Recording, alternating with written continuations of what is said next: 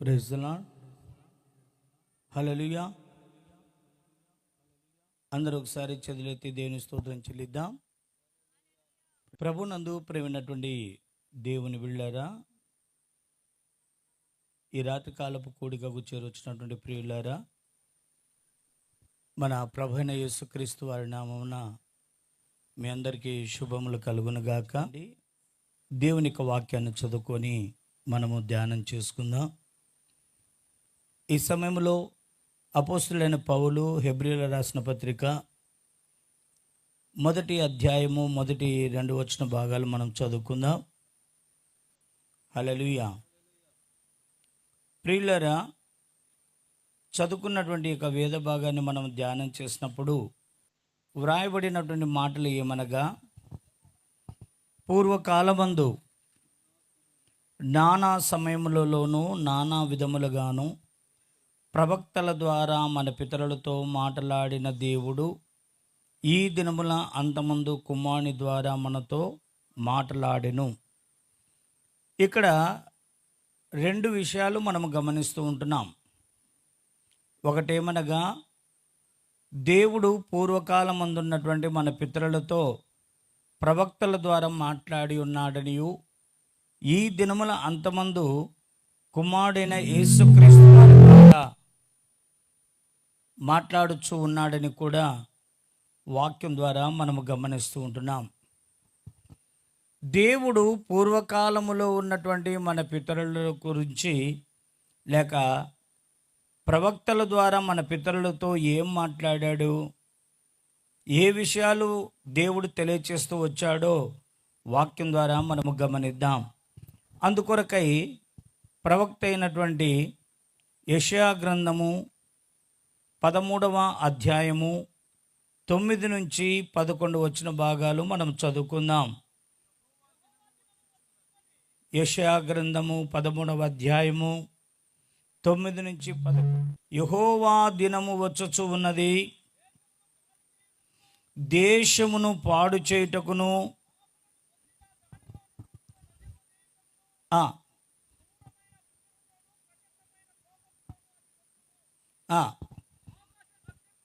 ఆకాశ నక్షత్రములను నక్షత్ర రాసులను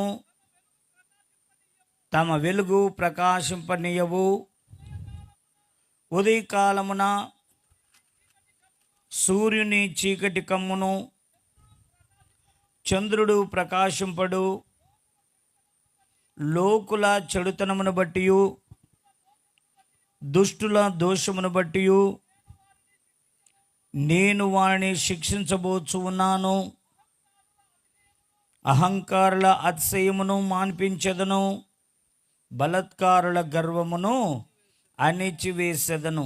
ప్రియులారా, పూర్వకాలములో ఉన్నటువంటి మన పితరులతో దేవుడు ప్రవక్తల ద్వారా మాట్లాడిన మాటలు ఇక్కడ మనము చదువుకుంటూ ఉన్నాం.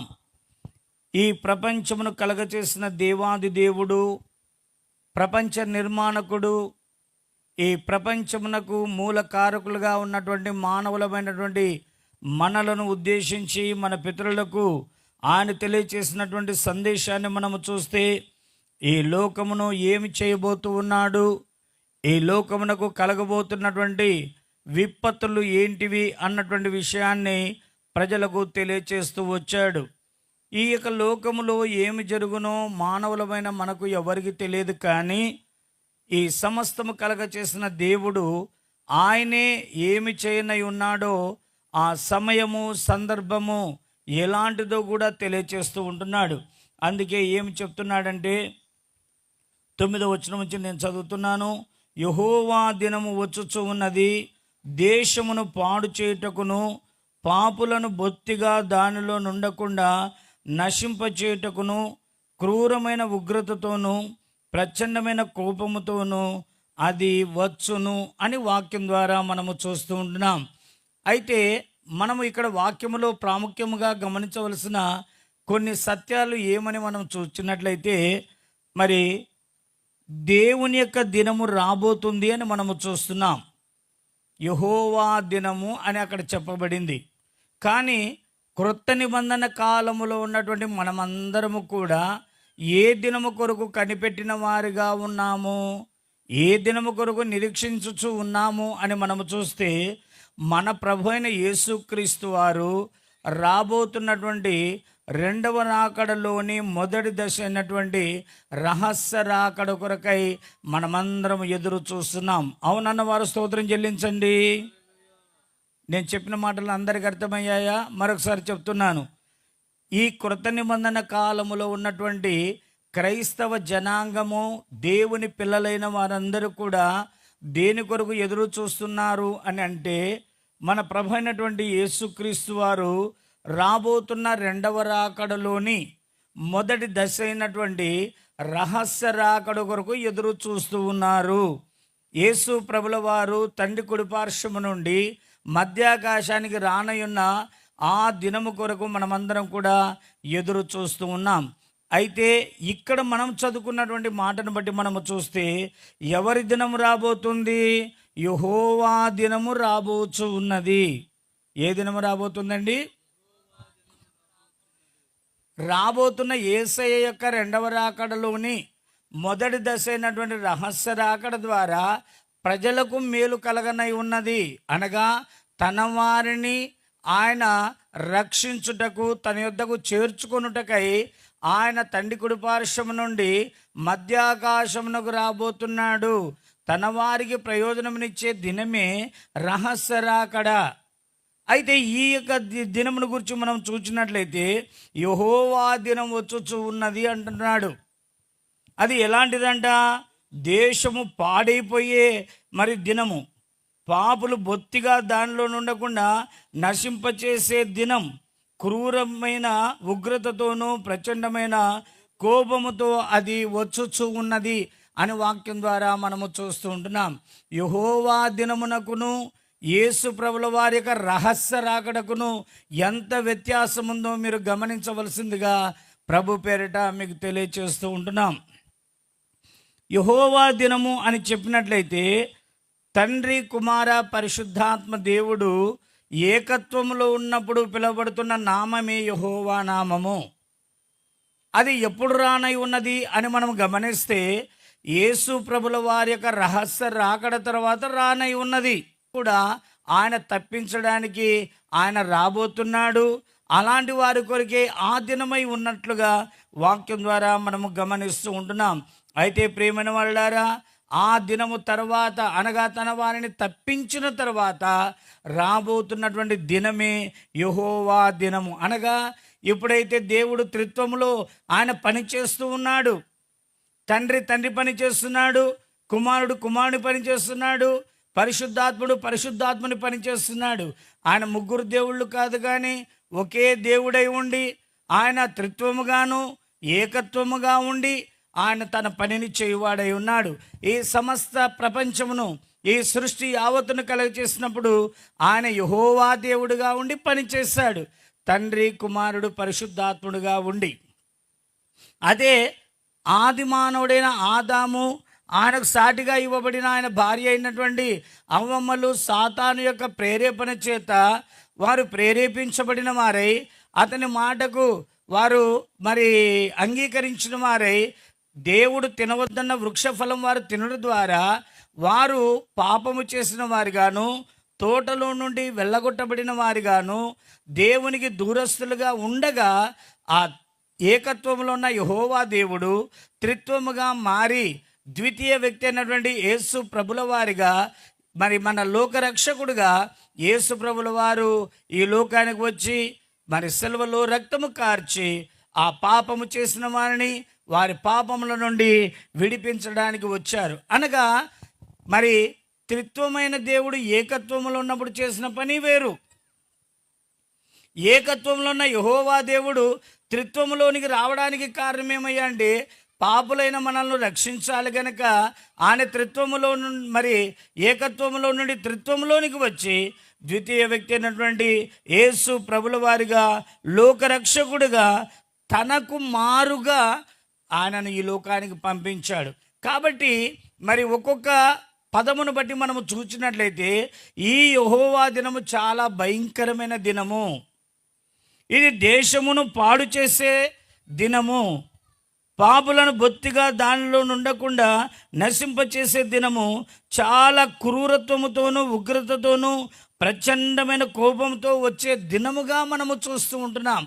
ఎందుకు ఇలాంటి దినం వస్తుందని చెప్తున్నాడు? ఎందుకు ఇలాంటి దినాన్ని ఆయన రప్పించబోతున్నాడు? 11వ వచనంలో మనం చూస్తే, లోకుల చెడుతనమును బట్టి దుష్టుల దోషమును బట్టి నేను వారిని శిక్షించబోచు ఉన్నాను.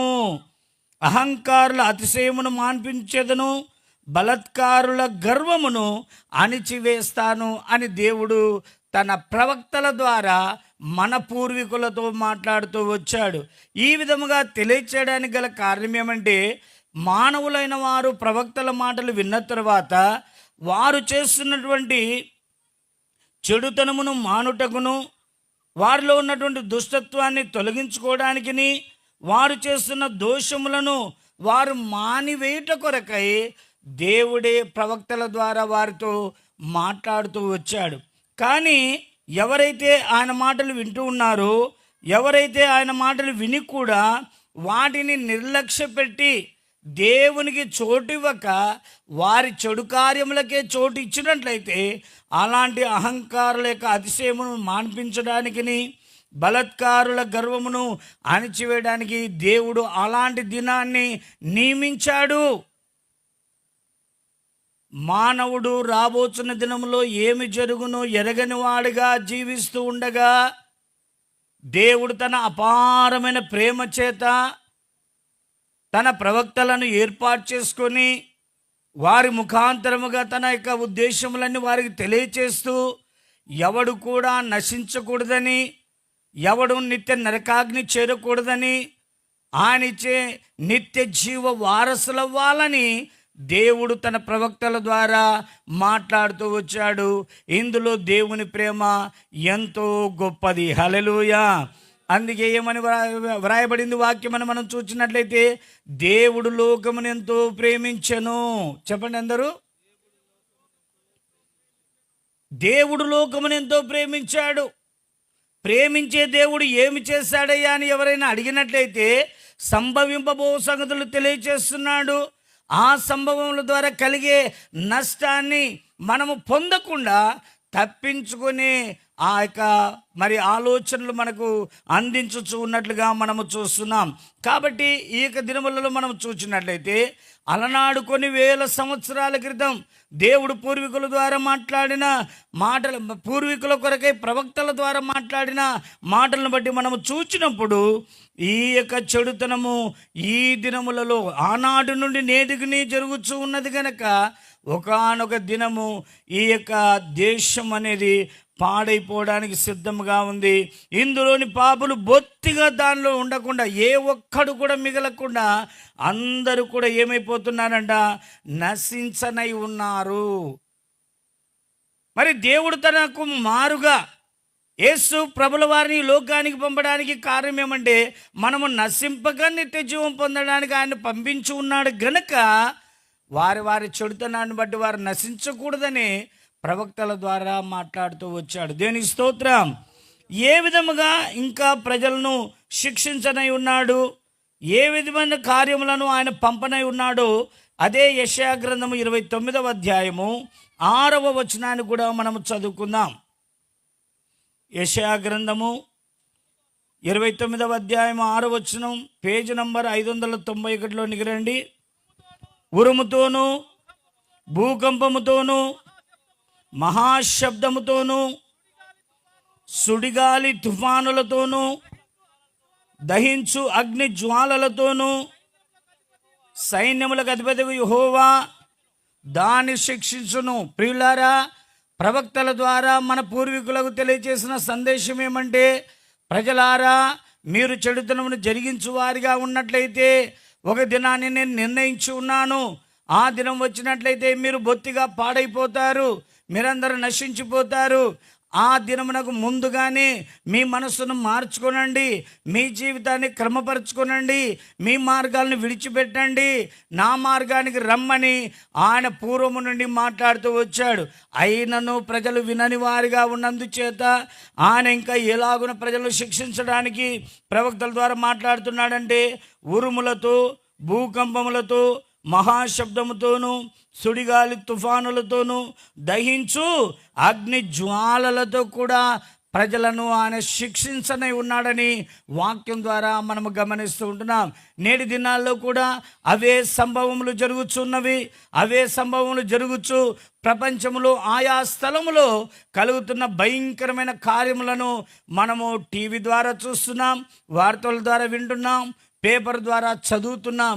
నిజంగా ఎందుకు ఇలాగ జరుగుతుందంటే, ఏ ప్రాంత ప్రజలైతే దేవుని దృష్టికి చెడుతనం జరిగించిన వారిగా ఉంటున్నారు, వారందరి యొక్క జీవితంలో ఎవరైతే ఇష్టానుసారమైనటువంటి కార్యములలో వారు కొనసాగుతున్నారు, వారందరినీ చూచుచున్న దేవుడు ఆయా ప్రాంతములను ఇలాంటి కార్యముల ద్వారా శిక్షించుచు ఉన్నాడని గుర్తెరిగిన వారమై, అవి మనకి ఈ దినములలో సంభవించకపోయినను కూడా అలాంటి దినములు రాకముందే మనమందరం కూడా జాగ్రత్త పడవలసిన వారమై ఉన్నాం. హల్లెలూయా.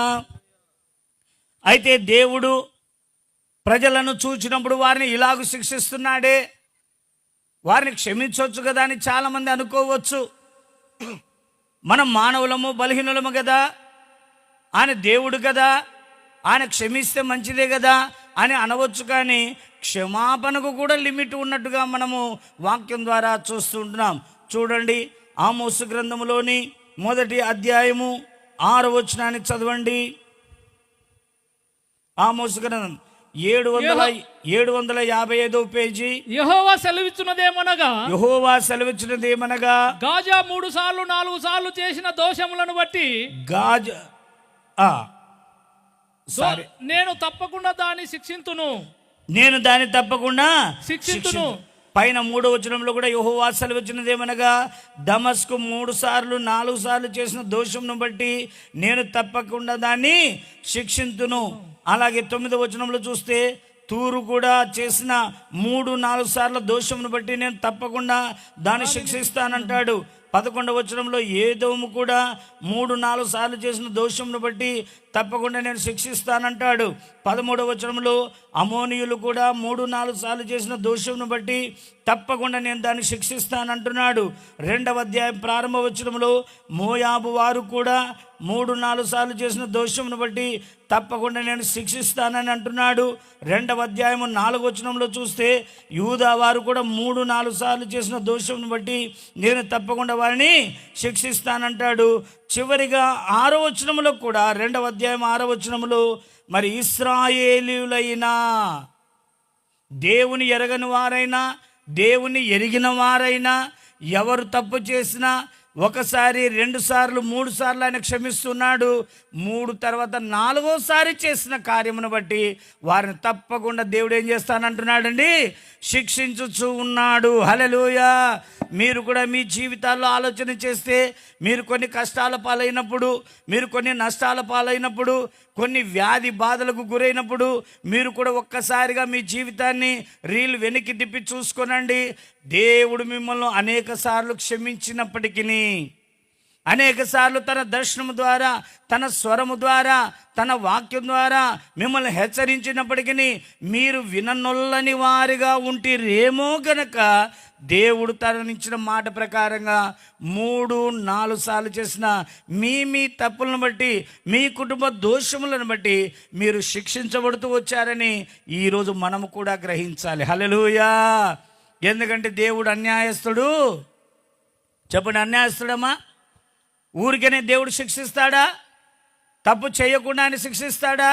1 సారా, 2 సార్లా, 3 సార్లా, 4వసారి కూడా చూచినా కూడా ఈ ప్రజలు మనసు మార్చరని ప్రవక్తల ద్వారా చెప్పినప్పటికీ తమ మనసును మార్చుకునడం లేదే, నా మాటకు వారు చోటివ్వడం లేదని చెప్పి దేవుడు ఆయన ఎంతో తన బాధను వ్యక్తం చేస్తూ ఈ సంగతులు తెలియచేస్తున్నాడు. అందుకే ఉరుముతో వస్తున్నాడు, భూకంపంతో వస్తున్నాడు, మరి సుడిగాలితో వస్తున్నాడు, రకరకాలైనటువంటి కార్యముల ద్వారా దేవుడు మానవులను శిక్షించడానికి ఆయన వస్తున్నాడు. ఉరుముతోనూ, భూకంపముతోనూ, మహాశబ్దముతోనూ, సుడిగాలి తుఫానుతోనూ, దహించు అగ్ని జ్వాలలతోనూ సైన్యములకు అధిపతియగు యెహోవా దాన్ని శిక్షించును. ఈ ప్రపంచమంతా కూడా ఆయనదే. శూన్యములో ఈ సృష్టిని కలగచేసిన దేవుడు. ఈ ప్రపంచంలో కొన్ని వందల దేశాలు ఉండి ఎన్నో కోట్లుగా జనాలు ఉన్నప్పటికీ కూడా ఈ జనాలను బట్టి ఆయన ఏం చేస్తున్నాడంటే వారిని శిక్షించనై ఉంటున్నాడు. ఏ దేశాన్ని శిక్షిస్తాడో మనకు తెలియదు, ఏ రాష్ట్ర ప్రజలను శిక్షిస్తాడో మనకు తెలియదు, ఏ జిల్లా ప్రాంతాలను వారిని శిక్షిస్తాడో మనకు తెలియదు, ఏ పట్టణం ఏ గ్రామస్తులను ఆయన శిక్షిస్తాడో మనకు తెలియదు. కానీ ఎవరైతే ఆయన ప్రవక్తల ద్వారా చెప్పబడిన మాటలను విని కూడా వాటిని లక్ష్య పెట్టగా నిర్లక్ష్య పెట్టిన వారిని మాత్రము ఆయన శిక్షించక తప్పడము లేదు. అందుకే ఈ దినములో కూడా తన ప్రేమను వెల్లడి చేస్తూ పాస్టర్ డేవిడ్ గారి ద్వారా ఈ కూడికలు ఏర్పాటు చేసి చేరి ఉన్న మనతోనూ ఈ మైక్ యంత్రాంగం ద్వారా ఎంతవరకు అయితే ఈ సువర్తమానం వినపడుతుందో అంతవరకున్న ప్రజలందరితో మాట్లాడుతున్నారు. మనమందరం ఆయన ప్రజలము, మనమందరం ఆయన చేతి పని. అందుకే వారికి వీరికని కాకుండా ఆమోసు గ్రంథంలో చూసినప్పుడు ఎవరు చెడుతనమును జరిగిస్తారో, ఎవరు దుష్టులుగా కనబడతారో వారిని మాత్రం ఆయన శిక్షించడానికి ఈ కార్యాలు జరిగిస్తాడని వాక్యం ద్వారా మనము చూస్తుంటున్నాం. యిర్మీయా గ్రంథంలో ఇంకొక మాట మనం చదువుకుందాం. 7వ అధ్యాయములోని 13వ వచనాన్ని మనం చదువుకుందాం. నేను మీతో మాట్లాడినను. యిర్మీయా గ్రంథము 7వ అధ్యాయములో 13వ వచనాన్ని చదువుతున్నారు. 633వ పేజీలోనికి రండి, చదువు నాయన. నేను మీతో మాట్లాడినను, నేను మీతో మాట్లాడినను, పెందలకడని లేచి మీతో మాట్లాడినను, మీరు వినకయు, మిమ్మును పిలిచినను మీరు ఉత్తరమియ్యకయు, మిమ్మును పిలిచినప్పటికీ మీరు ఉత్తరమియ్యకయు ఉండిన వారై ఈ క్రియలన్నీ చేసిదిరి గనుక నేను షిలోహునకు చేసినట్లు మీకు ఆశ్రయమై. చాలు. ఇక్కడ వాక్యం ద్వారా మనం చూస్తే దేవుడు మరలా ప్రవక్త అయిన యిర్మీయా ద్వారా మాట్లాడుతున్నాడు. దేవుడంట పెందలకడన లేచి ప్రజలతో మాట్లాడుతూ వచ్చాడంట. మరి అంత మాత్రమే కాక ప్రజలతో మాట్లాడుతూ వచ్చినప్పటికీ వారు ఏం చేస్తున్నారంట, వినకుండా కొందరున్నారు. ఆయన వారిని పిలిచినప్పుడు వారు ఉత్తరమియ్యకుండా అంటే పలకకుండా ఉన్నారంట. అందుచేత వారి ఇష్టానుసారమైన జీవితాన్ని బట్టి వారి యొక్క క్రియలను బట్టి దేవుడు వారిని శిక్షించడానికి ఆయన సిద్ధపడుతూ ఉన్నట్లుగా మనము చూస్తున్నాం. అందుకే ఇప్పటికే అక్కడక్కడ కొన్ని దేవుని యొక్క కోపంతో కూడిన కార్యములు జరుగుచు ప్రాణ నష్టము, ఆస్తి నష్టము జరుగుతూనే ఉన్నది. అయిన ప్రజలు గ్రహింపని వారిగా ఉంటున్నారు. ప్రియులారా, అలాగ వినని వారిని బట్టి ఇంకా ఆయన శిక్ష పెరిగిపోతూనే ఉంది. పెద్ద పెద్ద శిక్షలు రాబోతున్నాయి. అందుకే నేడు భూకంపాలు జరుగుతున్నాయి, అందుకే పెను గాలులు వీస్తున్నాయి. మరి అనేక ప్రాంతాల్లో ఇప్పటికే మన దేశంలోనూ విదేశాల్లో కూడా మనం గమనించినట్లయితే చైనా దేశంలో మొన్ననే చెప్తున్నారు, ఎవరైనా బయటికి వెళ్ళాలంటే 50 కిలోల బరువు ఉన్నవాడు ఎవడే కానీ బయటికి వెళ్ళకూడదు. 50 కిలోల కంటే బరువు ఉన్న వాళ్ళే అత్యవసరం ఉంటే బయటికి వెళ్ళాలి అని అంటున్నారు. దానికి కారణం ఏమంటే బలమైన సుడిగాలులు వీస్తూ ఉన్నాయి. ఆ భయంకరమైనటువంటి గాలి ద్వారా, ఆ వర్షము ద్వారా ప్రజలు అనేవారు గాలికి కొట్టుకొని పోతూ ఉన్నారు. మరి ప్రభుత్వం చేతులు ఎత్తేస్తుంది. ఎవరైనా బయటికి వెళ్ళినట్లయితే వారు ఏ అపాయంకు గురైపోయినా మేము జవాబుదారి కాదని ప్రభుత్వమే చేతులు ఎత్తేస్తుంది. మన దేశంలో ఆయా ప్రాంతాల్లో భూకంపం జరిగింది. మరి నల్గొండలో చూస్తే సేమ్ అదే గాలి వీచింది. అలాగే మయన్మార్ దేశంలో భూకంపాలు వస్తున్నాయి. ఈ 2025వ సంవత్సరము కూడా దేవుడు చెప్పినట్లుగా ప్రజలను అక్కడక్కడ శిక్షించే ఈ కార్యక్రమాలు జరుగుతున్నాయంటే మనమందరం గ్రహిస్తున్నామా? మనమందరము బైబిల్ వాక్యాన్ని గ్రహించాలి. కానీ లోకవార్తలు అంటే భూకంపం వచ్చిందంటే, ఇదిగో భూమిలో ఇలాంటి మార్పు ఉందంటే అది కాదు మనం నమ్మాల్సింది. ఆకాశం నుండి ఇలాంటి కార్యాలు జరుగుతున్నాయంటే ఆకాశంలో ఏదో మార్పు జరిగిందని చెప్పే మాటలు కాదు మనం గ్రహించాల్సింది. సముద్రములో తుఫాను లేస్తుంది, సునామీ వస్తుందంటే, సముద్రంలో ఇలాంటి పరిస్థితి ఉందంటే అవి కాదు మనం నమ్మాల్సింది. నేను ఒకటే మాట చెప్తాను, ఈ సృష్టిని కలగ చేసిన వాడే ఈ సృష్టిలో మార్పులు కలిగిస్తున్నాడు. దేనికయ్యా అంటే సృష్టిలో కలగవలసిన మార్పులకు కారణాలు ఎవరయ్యా అంటే మానవులమైన మనము మారనందు చేత సృష్టిలో మార్పులు కలగచేసి విపత్తు వెంబడి విపత్తు మన పైకి పంపిస్తున్నాడని అందరము గ్రహించాలి. అవునన్న వారు స్తోత్రం చెల్లించండి.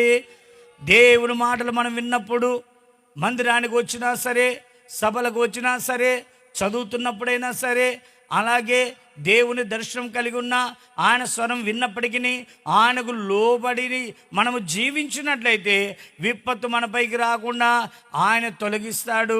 వినని వారిగా, పెడచెవిని పెట్టిన వారిగా, నిర్లక్ష్యం ఉంచిన వారిగా మనం ఉన్నట్లయితే విపత్తును ఆయన తప్పక మనపైకి పంపించినప్పుడు ఎవడైనా అపాయమును తప్పించుకొనా లేడు అనే విషయాన్ని మనం గమనించి ఈ సృష్టిని కలగచేసిన వాడు ఆయనే, సృష్టిలో ఏ భాగమునైనా మార్పు చేయగలిగిన వాడు ఆయనే కనుక ఆయనకు భయపడవలసిన అవసరత ప్రజలమైన మనందరికీ ఉంది. హల్లెలూయా.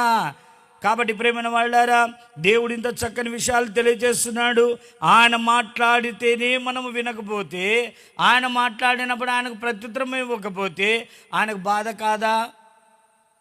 నీవే నీ కుటుంబంలో నీవు కన్న కుమారుని నాయన ఒక గ్లాస్ నీళ్లు తేరంటే వాడు తెచ్చేయకపోతే నువ్వు ఊరుకుంటావా? నీ కన్న కొడుకే నీ మాట వినకపోతే నువ్వు ప్రేమిస్తావా?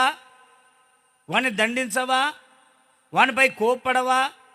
నీవే నీ కన్న కుమారునైనా నీ కన్న కుమార్తెనైనా మాట వినకపోతే దండిస్తున్నావు, కోపడుతున్నావు, గద్దిస్తున్నావు, అవసరమైతే శిక్షిస్తున్నావే.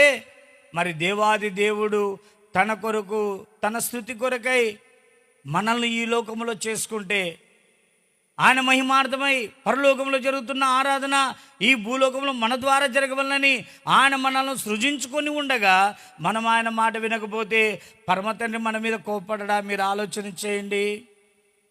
ఆయన మనల్ని దండించడా? మీరు ఆలోచన చేయండి. మనము 1, 2, 3 సార్లు కూడా మాట వినకపోతే ఆయన మరీ కోపపడి ఆయన మనల్ని శిక్షించడా? మీరు ఆలోచన చేయండి. ఆ శిక్ష భూకంపం రూపంలో వచ్చినా సరే, తుఫాను రూపంలో వచ్చినా సరే, సునామీ రూపంలో వచ్చినా పర్వాలేదు. ఈ మధ్య ఇసుక తుఫాన్ అని కూడా వస్తూ ఉంది. భయంకరమైన కార్యాలు, మనుషుల జీవితాల్లో అపాయకరమైన పరిస్థితులు, వీటన్నిటికీ కారకులు ఆ దేశస్తులు ఈ దేశస్తులని కాదు, మానవులమైన మనమందరము కూడా కారకులమే. హల్లెలూయా. అందుకే అంటున్నాడు కదా, ఏమని చెప్తున్నాడంటే ఇర్మియా గ్రంథం 32వ అధ్యాయములో ఎవరు కారకులు ఇక్కడ వాక్యం ద్వారా చెప్తున్నాడు. ఇర్మియా గ్రంథం 32వ అధ్యాయములోని 31 నుంచి మనం చదువుకుందాం. నా కోపము రేపుటకు ఇశ్రాయేలు వారును యూదా వారును వారి రాజులను వారి ప్రధానులను వారి యాజకులను వారి ప్రవక్తలను యూదా జనులను యెరూషలేము నివాసులను చూపిన దుష్ప్రవర్తన అంతటిని బట్టి నా ఎదుట నుండి దుష్ప్రవర్తనను నేను విచారణ చేయ ఉద్దేశించున్నట్లు వారు ఈ పట్టణమును కట్టిన దినము మొదలుకొని ఇది వరకు అది నాకు కోపము పుట్టించుటకు కారణమాయను. ప్రియులారా, ఈ రాత్రి మనమైనా మన కుటుంబమైనా దేవునికి కోపం పుట్టించుటకు కారకులుగా ఉన్నామేమో. జాగ్రత్త. అయ్యా మా దేశంలో జరగలేదన్న బాకండి, ఒకవేళ మన దేశంలో జరిగిన మన రాష్ట్రంలో జరగలేదన్న బాకండి, మన రాష్ట్రంలో జరిగిన మన జిల్లాలో జరగలేదని చెప్పబాకండి, మన జిల్లాలో జరిగిన మన పట్టణంలో మన గ్రామంలో మా ఇంటి దగ్గర జరగలేదని కూడా చెప్పబాకండి. అవసరమైతే నీ దగ్గరే కార్యం చేయట్టుగా ఆయన శక్తి గల దేవుడై ఉన్నాడు. హల్లెలూయా. నీవు కోపం పుట్టించావా, నువ్వున్న స్థలములోనే ఆయన కార్యము చేస్తాడు. నీకు నష్టం కలిగిస్తాడు, నీకు బాధ కలిగిస్తాడు, నీకు వేదన కలిగిస్తాడు. నువ్వు ఆయన మాటకు లోబడితే అపారమైన తన ప్రేమ చేత నిన్ను ప్రేమిస్తూ ఆయన నిన్ను దీవించి నిన్ను నీ కుటుంబాన్ని వర్ధిల్ల చేస్తాడు. దేవుని స్తోత్రం కలుగును గాక. హల్లెలూయా. కాబట్టి ఇక్కడ అంటున్నాడు, ఇదిగో మరి వారి ప్రవక్తలు యూదా జనులను యెరూషలేము నివాసులను చూపిన దుష్ప్రవర్తన అంతటిని బట్టి అంటున్నాడు, వారి దుష్ప్రవర్తన నేను విచారణ చేయను ఉద్దేశించినట్లు వారు ఈ పట్టణమును కట్టినది మొదలుకొని అది వరకు అది నాకు కోపము పుట్టించుటకు కారణమైన 33వ వచనం, నేను పెందలకడ లేచి వారికి బోధించినను వారు నా బోధ అంగీకరింపకపోయిరి, వారు నా తట్టు మృగమును తిప్పుకొనక వీపునే త్రిప్పుకొనిరి. ఇది ఎంత భయంకరమో మీరు ఆలోచన చేయండి. ఉదాహరణ, భార్య భర్తలు ఉన్నారనుకోండి, భర్త మాట్లాడుతూ ఉంటే భార్య ఆయన మాట వినకుండా వీపు పెట్టి ఆయన మాట పెళ్ళి పెట్టినట్టుగా విధేయురాలుగా కనబడితే ఊరుకుంటాడు ఆయన? తన కోపాన్ని మండింపజేస్తాడు. ఏమ్మా, నేను ఈ పక్క మాట్లాడుతుంటే నీతో మాట్లాడుతున్నానా, గోడతో మాట్లాడుతున్నానా, నువ్వు ఏ పక్క వింటున్నావు, ఎటు తిరిగి ఉన్నావు అని కోపడతారు కదా. కానీ దేవుడు ప్రేమ గలవాడై ఆయన మన తట్టు తిరిగి మాట్లాడుతుంటే మన ముఖము ఆయన వైపు ఉండవలసి ఉండగా, మన ముఖము ఆయన వైపు కాకుండా మన వీపు ఆయన తట్టు తిప్పిన వారమై, పెడె చెవిన పెట్టిన వారమై అవిధేయత చూపించుటను బట్టి దేవుడు ఈ భయంకరమైన శిక్షను ప్రజలపైకి పంపనై ఉన్నాడని మనము చూస్తున్నాం. అంతేకాదు, మన సోమర్థనాన్ని బట్టి, మన నిర్లక్ష్యాన్ని బట్టి మనం పెందల కడని లేయకపోయినను ఆయన పెందల కడని లేచి మనతో మాట్లాడుతున్నాడంట. ఎంత గొప్ప ప్రేమ! ఉదయాన్నే లేవగానే లోకంలో ప్రవేశిస్తావు, లోకంలో ప్రవేశించగానే నీ మార్గంలో ఏ అపాయం ఉందో, నీ మార్గములో ఎలాంటి దుశ్చర్య ఉన్నదో, ఎలాంటి పాపము నీ కొరకు పొంచి ఉన్నదో, ఎలాంటి అతిక్రమము నువ్వు చేయడానికి సిద్ధపడతావో అలాంటి తొందరలన్నీ తొలగిపోవు నిమిత్తమై పెందల కడనే ఆయన నీతో మాట్లాడుటకు లేచుచున్నవాడై ఉన్నాడని వాక్యం ద్వారా మనము చూస్తున్నాం. అలాగున మనము ఆలోచన చేస్తే ప్రతి దినము కూడా పెందల కడనే దేవుని మాట మనం వింటున్నామా? ప్రభా, నువ్వు నాతో మాట్లాడు నాయనా, నీ కృపావార్త నాకు వినిపించు. అందుకొరకు నేను ఉదయకాలం, కీర్తనకారుడు అదంటాడు, ప్రతి ఉదయమున నేను నీ తట్టు కనిపెట్టి ఉన్నానయ్యా, నీ కృపావార్త వినిపించు. ఆయనైతే ప్రేమతో మనం నష్టపోకూడదని చెప్తున్నాడు. ప్రజలమైన మనం వింటున్నామా? ప్రజలమైన మనం ఆయన మార్గాన పయనిస్తున్నామా? మనం ఆలోచన చేయాలి. ఇర్మియా గ్రంథం 7వ అధ్యాయములో 23వ వచనాన్ని బట్టి చదివితే ఆయన తన బాధను వ్యక్తం చేస్తూ ఏమని మాట్లాడుతున్నాడు చదవండి. ఇర్మియా గ్రంథం 633వ పేజీలో, ఏదనగా మాటలు మీరు అంగీకరించిన యెడల నేను మీకు దేవుడనయ్యుందును, మీరు నాకు జనులయ్యుందురు. నా మాటలు మీరు అంగీకరించిన యెడల నేను మీకు దేవుడనై ఉందును, మీరు నాకు జనులై ఉందురు. మీకు క్షేమము కలుగునట్లు నేను మీకు ఆజ్ఞాపించుచున్న మార్గం అంతటి యందు మీరు నడుచుకొనుడి. అయితే వారు వినకపోయిరి, చెవి యొక్కకుండిరి, ముందుకు సాగక వెనుదీయుచు తమ ఆలోచనలను బట్టి తమ దుష్ట హృదయ కాఠిన్యమును అనుసరించి అనుసరించుచు వచ్చిరి. ప్రియులారా, దేవుడు పెందలకడనే లేచి మాట్లాడుతున్నాడు, తన ప్రవక్తలను కూడా పంపించి మాట్లాడుతున్నాడు. అయితే నా మాటలు ఎంతవరకు ప్రజలు లక్ష్య పెడుతున్నారని దేవుడు గమనించినప్పుడు మరి దేవుడు తన బాధను వ్యక్తం చేస్తున్నాడు. ప్రజలారా, మీకు క్షేమం కలగాలనే కదా నేను మీతో మాట్లాడుతూ ఉండేది. అందుకే కదా నా ప్రవక్తలను పంపించింది, నా ఉద్దేశములు మీకు తెలియచేసింది. ఈ ప్రపంచానికి ఉన్నటువంటి విపత్తులు ఎందుకు రాబోతున్నాయి, ఎవరు రప్పించబోతున్నారో కూడా నేను తేటగా మీతో మాట్లాడినా కూడా మీరు ఏం చేస్తున్నారంటే వాటన్నిటిని క్షేమకరమైన సమాచారాన్ని విడిచిపెట్టి, అంతే కాకుండా ఏమంటున్నాడంటే మీకు క్షేమం కలుగునట్లు నేను మీకు ఆజ్ఞాపించుచున్న మార్గం అంతటి యందు మీరు నడుచుకొనుడి అని చెప్తే, అయితే వారు వినకపోయిరి. ఈ రోజుల్లో మనము సభలకు ఎందుకు వస్తున్నాం, మందిరానికి ఎందుకు వెళ్తున్నాం, వాక్యాన్ని ఎందుకు చదువుతున్నాం, వాక్యాన్ని ఎందుకు వింటున్నాం, వాక్యాన్ని ఎందుకు ధ్యానిస్తున్నాం అని మనము చూస్తే మన మార్గములను మనం విడిచి దేవుని మార్గమున పయనించుట కొరకు కదా. మూర్ఖముగా నడిచే మనలను, అజ్ఞానముగా నడుచుకొనుచున్న మనలను, అవివేకముతో నడుచుచున్న మనలను, ఏదో ఒక మార్గములో ఉండి దైవ మార్గములో ఉన్నామన్నా మరి అమాయకమైనటువంటి జీవితంలో ఉన్నటువంటి మనతో దేవుడు మాట్లాడుతున్నాడు, తన ప్రవక్తల ద్వారా కూడా మాట్లాడుతున్నాడు. నేను మీకు ఆజ్ఞాపించినది ఏమనగా మీరు నేను ఆజ్ఞాపించే మార్గమున మంతటి యందు మీరు నడుచుకొనుడి, ఎవరి మార్గాన వారు ఉండబాకండి. మతముకు ఒక మార్గం, కులముకు ఒక మార్గము, వర్గానికి ఒక మార్గము కాదు. నేను ఆజ్ఞాపించే మార్గమునని అందరు నడవాలి. అప్పుడు మీకు క్షేమం కలుగుతుంది. అప్పుడు ఉరుములు మీకు పంపను, భూకంపాలు మీకు పంపను, పిడుగులు, మహాశబ్దమునగా పిడుగులు మీపై పడకుండా చేస్తాను,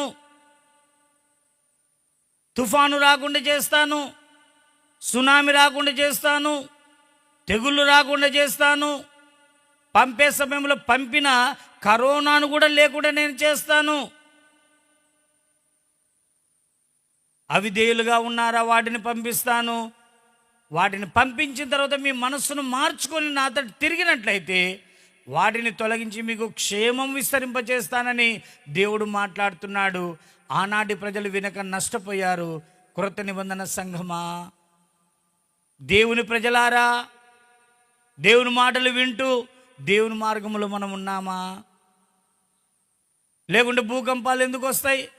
దేవుడు పలికిన మాట, ప్రవక్తల ద్వారా పలికిన మాటలే ఆ కార్యములు ఈ దినాన జరుగుతూ ఉన్నవి.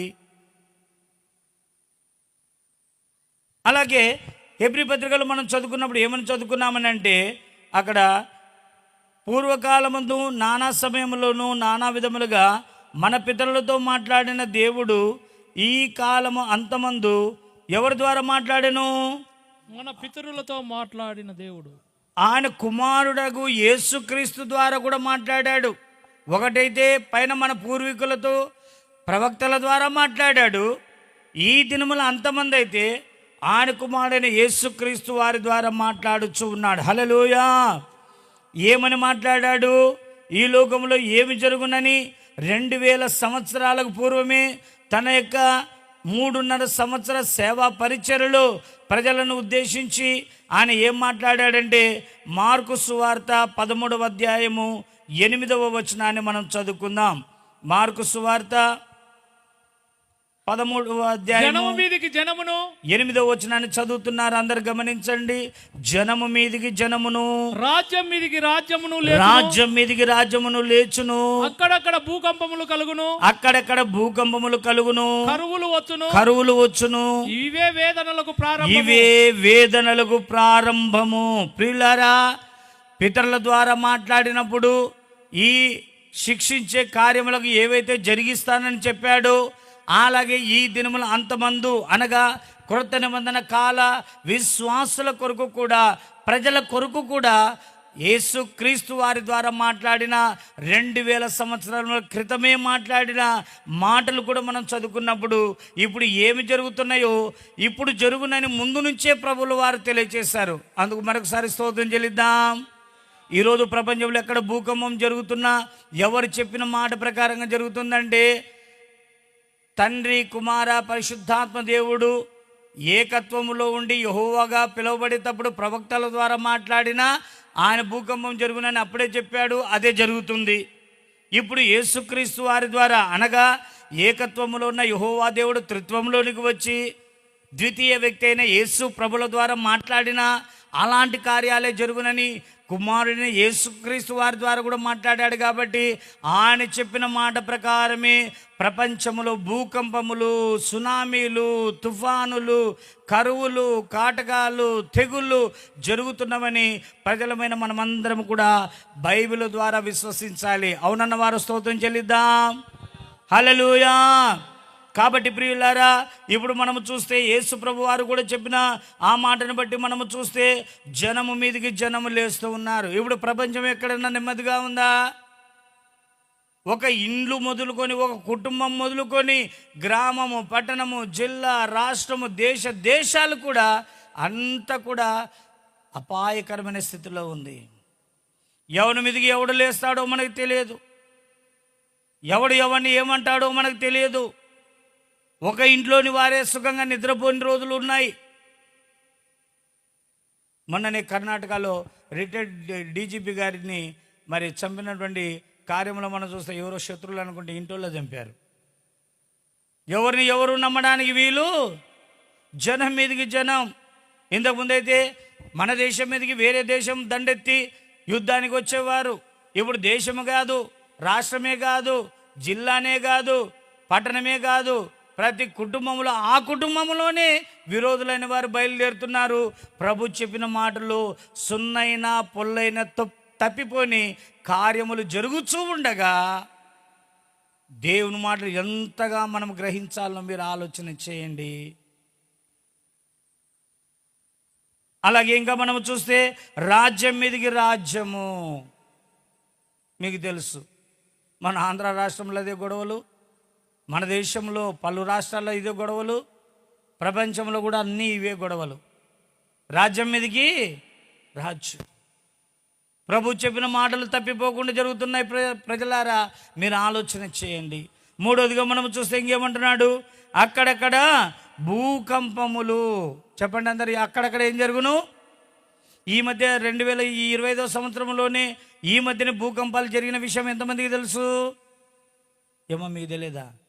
అంటే భూకంపం మీ ఊరికి రాలేదనా? ఎక్కడ జరిగినా తెలుసుకోవాలిగా, మన బాధ్యత కదా అది. ఎక్కడ ఏం జరిగిన వాక్యాన్ని మనము సరిచూసుకోవాలి. ప్రభు చెప్పిన మాటల ప్రకారమే జరుగుతున్నాయని మనం ఆలోచన చేయాలి. అసలు ఈ భూమి ఎందుకు కంపిస్తుంది? ఎందుకు ఈ భూకంపాలు కలుగుతున్నాయి? భూమి అలాంటి బలహీనమైన స్థితిలో ఉందా? ఒక వాక్యాన్ని చదవండి. 93వ కీర్తన 1వ వచనాన్ని మనం చదివినట్లయితే, కీర్తన 93 1వ వచనం, యెహోవా రాజ్యము చేయుచున్నాడు, ప్రభావమును ఆయన వస్త్రముగా ధరించి ఉన్నాడు. యెహోవా బలమును ధరించి బలముతో నడుము కట్టుకొని ఉన్నాడు. మీ బైబిల్లో అండర్లైన్ చేయండి, కదలకుండునట్లు భూలోకము స్థిరపరచబడి ఉన్నది. పురాతన కాలము నుండి నీ సింహాసనము స్థిరమాయను. చాలు. అలాగే ఇంకా మనం చూస్తే 104వ కీర్తన 5వ వచనాన్ని కూడా మనం చదువుకుందాం. కీర్తన 104 5వ వచనం, భూమి ఎన్నటికి కదలకుండునట్లు ఆయన దానిని పునాదుల మీద స్థిరపరచెను. ఆయన దానిని ఏం చేశాడంట? పునాదుల మీద స్థిరపరచెను. అందరు చదవండి ఆ మాటలు. భూమి ఎన్నటికి కదలకుండునట్లు.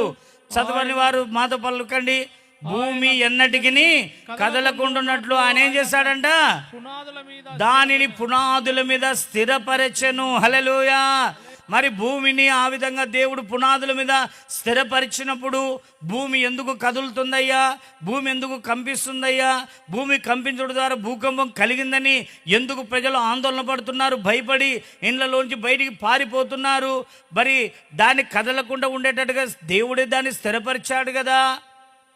నిజమే. చాలామంది భూమి తిరుగుతుంది అనుకుంటున్నారు. భూమి తిరగడం లేదు. భూమిని కదలకుండా ఉండేటట్టుగా పునాదుల మీద దాన్ని స్థిరపరిచిన బైబిల్ ఎంతమంది నమ్ముతున్నారు?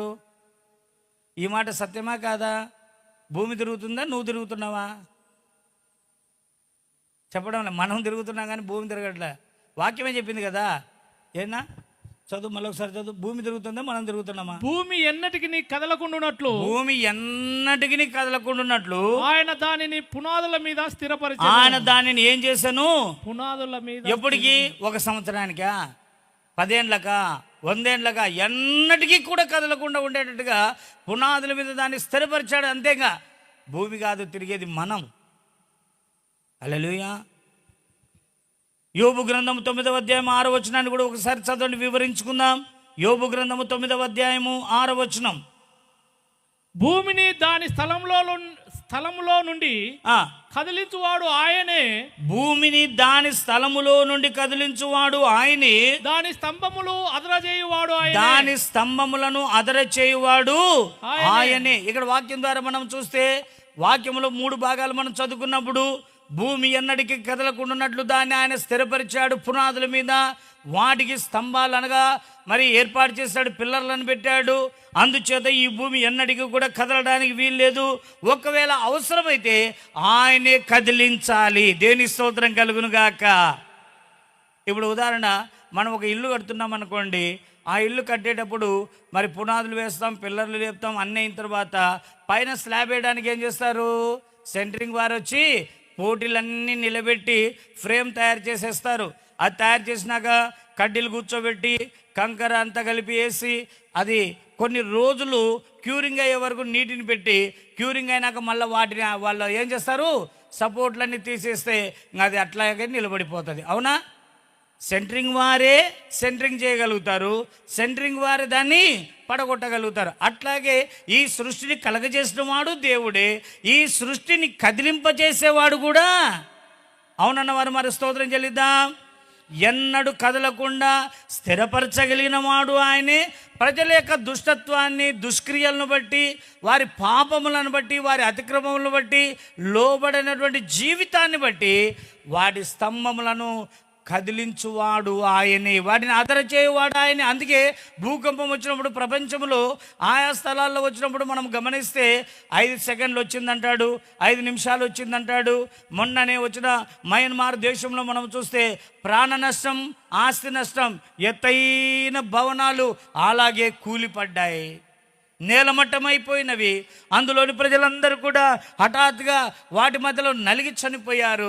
ఎవరిని తప్పించలేని పరిస్థితి వచ్చింది. ఎంత కదిలిస్తే ఆ యొక్క స్తంభములను ఎంతగా ఆయన కదిలిస్తే అంతవరకే అది కంపించనై ఉన్నది. అంతే, ఆ స్కేల్ మీద భూకంపం వచ్చిందని చూపిస్తుంది.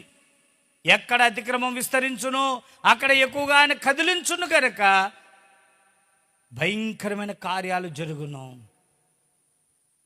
ఎదుగో ఎక్కడ భూకంపం జరిగినా దేవుడు ఇలా కార్యం చేస్తున్నాడని ఈ రాత్రి చెప్పిన మాటలను బట్టి నీవు రాత్రి వెళ్ళి మనలా చదువుకొని ప్రార్థన చేసి, ప్రభువా స్థిరపరిచేవాడవు నీవే, కదిలించువాడవు కూడా. ఆమేన్, హల్లెలూయా. నేనున్న స్థలము కదలకుండా, నేనున్న ప్రాంతంలో భూకంపం రాకుండా, దానికి కారణము నా యొక్క అతిక్రమములు కాకుండా, నా దుష్టత్వం కాకుండా, నా దోషములు కారణము కాకుండా నన్ను క్షమించి నీ మార్గాన నడిపించు ప్రభువా అని మనము ప్రార్థించకపోతే ఆ పరిస్థితి మనకొచ్చినా ఆశ్చర్యపడాల్సిన పనేమి. గతంలో వరదలు రాని ప్రాంతానికి వరదలు వచ్చాయి. విజయవాడలో వరదలు వచ్చినప్పుడు తల్లిదండ్రులు చూస్తుంటే పిల్లలు కొట్టుకుపోయారు, పిల్లలు ఒడ్డు నుండి చూస్తుంటే తల్లిదండ్రులు కొట్టుకుపోయారు, తల్లిదండ్రులు పిల్లలు చూస్తుంటే వాళ్ళ ఇల్లు కూడా కొట్టుకుపోయినాయి, పశువులు కొట్టుకుపోయినవి. అలాగే అనంతపూరు మరి ఎంతో కరువు ప్రాంతముగా ప్రకటించేవారు. త్రాగే నీళ్లు దొరకడమే కష్టమన్నట్టుగా ఉంటుంది, వ్యవసాయానికి ఇంకా చాలా కష్టమైన ప్రదేశంగా ఉంటుంది. కానీ ఆ తరువాత అనంతపూర్లో కూడా వరదలు వచ్చినవి. ఎందుకు ఈ మాట చెప్తున్నానంటే, మాకు రావులే, మా ప్రాంతానికి రాదులే, మేము మంచి ప్రాంతంలో ఉన్నాములే అని అనుకుంటే కుదరదు. నువ్వున్న ప్రాంతమైనా వారున్న ప్రాంతమైనా చేసిన వాడు దేవుడే కదా. నువ్వున్న ప్రాంతమునైనా వారున్న ప్రాంతముకైనా భూకంపంపవాడు ఆయనే కదా. భూమికి నిలబడడానికి సపోర్ట్స్ అనగా ఆగ స్తంభముల చేత నిలబెట్టిన దేవుడు ఆ స్తంభములను కూడా అదరచేయువాడు ఆయనే. ఇందాకే చెప్పాను కదా, సెంటరింగ్ వారు ఎలా సెంటరింగ్ చేసి ఫ్రేమ్ కట్టి స్లాబ్ వేసి కొన్ని దినములైన తర్వాత క్యూరింగ్ అయిందని మరి ఆ సెంటరింగ్ సామాన్ అంతా తీసేస్తారు. ఇంకా అది అవసరం లేకుండా మనం వెళ్ళి తయారైనాక నివాసం ఉండొచ్చు. అలాగ చేయగలిగినటువంటి శక్తి సామర్థ్యం వారికి ఉంది. అలాగే దేవునికి ఈ సృష్టి మీద అంత అధికారం ఉంది. మన మాట వింటే మనకు మంచి జరుగుతుంది. మనం ఆయన మాట విని కూడా అతిక్రమంగా నడిచినట్లయితే, దేవునికి కోపం పుట్టించు వారిగా మనం ఉన్నట్లయితే, ఒకసారి ఆయన క్షమించాడులే ఇంకా ఏమన్నాడులే, ఆయన ప్రేమామయుడు, ఆయన కరుణామయుడు, ఆయన దయామయుడు అనుకుంటూ రెండవసారి మూడవసారి కూడా చేసావా, నాలుగవసారికి ఆ శిక్ష ఫలితం మనం పొందక తప్పదు. ఎన్నో విషయాలు ఒక్కొక్క ప్రవక్త ద్వారా మాట్లాడాడు. యోనా ద్వారా నినివే పట్టణస్తులతో మాట్లాడితే ప్రవక్తల మాటను ఆ పట్టణ ప్రజలు నిర్లక్ష్య పెట్టక లక్ష్య పెట్టుటను బట్టి వారికి జరుగునని తాను ఇచ్చిన మాట ప్రకారముగా కీడు జరగక దేవుడే వారిని తప్పించను. స్తోత్రం చెల్లిద్దాం. ఒక నినివే వారిగా మనం ఉండాలి. నినివే వారు మంచివారు కాదు, చాలా దుష్టులు. 3వ అధ్యాయం 10వ వచనాన్ని చదవండి. ఎలాంటి వాళ్ళు? యోనా గ్రంథం 3:10 మనం చదివితే, మరి ఆ నినివే పట్టణస్తులు ఎంత భయంకరలో వాక్యం చదవండి. 3:10 లేదా యోనా గ్రంథం 3. ఈ నినివే వారు తమ చెడు నడతలను మానుకొనగా వారు చేయుచున్న క్రియలను దేవుడు చూచి పశ్చాత్తాపుడై వారికి చేయుదునని తాను మాట ఇచ్చిన కీడు చేయక మానెను. ఆమేన్, హల్లెలూయా, హల్లెలూయా. ఈ నినివే వారు ఏం మానివేశారంట? వారు చేయుచున్న చెడుతనమును మానుకొనగా. ప్రైజ్ ది లార్డ్, హల్లెలూయా. వాళ్ళు నినివే వాళ్ళు మంచోళ్ళని కాదు, వారు చెడుతనం చేసేవారు, దుష్టులుగా ఉన్నారు, పాపులుగా ఉన్నారు, దేవునికి కోపం పుట్టించిన వారిగా ఉన్నారు, దేవుని ఉగ్రతకు మరి అర్హులుగా ఉన్నారు. అయినను ప్రవక్త అయిన యోనాను పంపినప్పుడు వారు ప్రవక్త ద్వారా విన్న మాటలను లక్ష్య పెట్టారు. ఈరోజు నీవు కూడా మందిరానికి వచ్చి దేవుడు తన దాసుల ద్వారా చెప్పే మాటలు వినిపించినప్పుడు నీకు క్షేమం కలగాలని ఆయన నీకు తెలియచేస్తుంటే ఎంతవరకు లక్ష్య పెడుతున్నామనేది ఈ రాత్రి మనము ఆలోచించాలని ప్రభు పేరిట మీకు తెలియచేస్తున్నాను. దేవుడు మాట్లాడేది మాట్లాడుతుంటాడనే వాళ్ళు కొందరు ఉంటారు. ఈ పాస్టర్ గారు ఇలాగే చెప్తారులే అనేవారు కొందరు ఉంటారు. నా గురించి ఈయనకు ఎవరైనా ఏమైనా చెప్పారేమో అందుకే సూటిగా నాకే చెప్తున్నాడనే వాళ్ళు చాలామంది ఉంటారు. ఒకవేళ ఉదాహరణగా పాస్టర్ గారు దొంగతనం చేయకూడదని ఒకవేళ ప్రసంగం చేస్తున్నాడు అనుకోండి, దొంగతనం చేయకూడదు, దొంగతనం మంచిది కాదు, దేవుడు మరి అసహించుకునే పనులు అదొకటి, దయచేసి దొంగలు దేవుని రాజ్యం రారని ప్రసంగం చేస్తూ ఉంటే ఆ దొంగతనం చేసేవాడు ఎవడన్నా మన గుంపులో ఉన్నాడు అనుకో, వాడు అనుకుంటుంటాడు ఏమన్నా అయ్యగారికి చెప్పింటాడు ఏమో నా గురించి ఎవడన్నా పోయి, అందుకే ఆయన నా కోసమే చెప్తాడు, నువ్వు ఎవడో మాకు తెలియదుగా. హలో, చాలామంది అలాగనుకొని దేవుని మాటలను నిర్లక్ష్య పెట్టి తమ ప్రవర్తనను మార్చుకొనక, తమ ప్రవర్తనను సరిచేసుకొనక, తమ దుష్టత్వంలో కొనసాగుచు నశించిపోతున్నారు.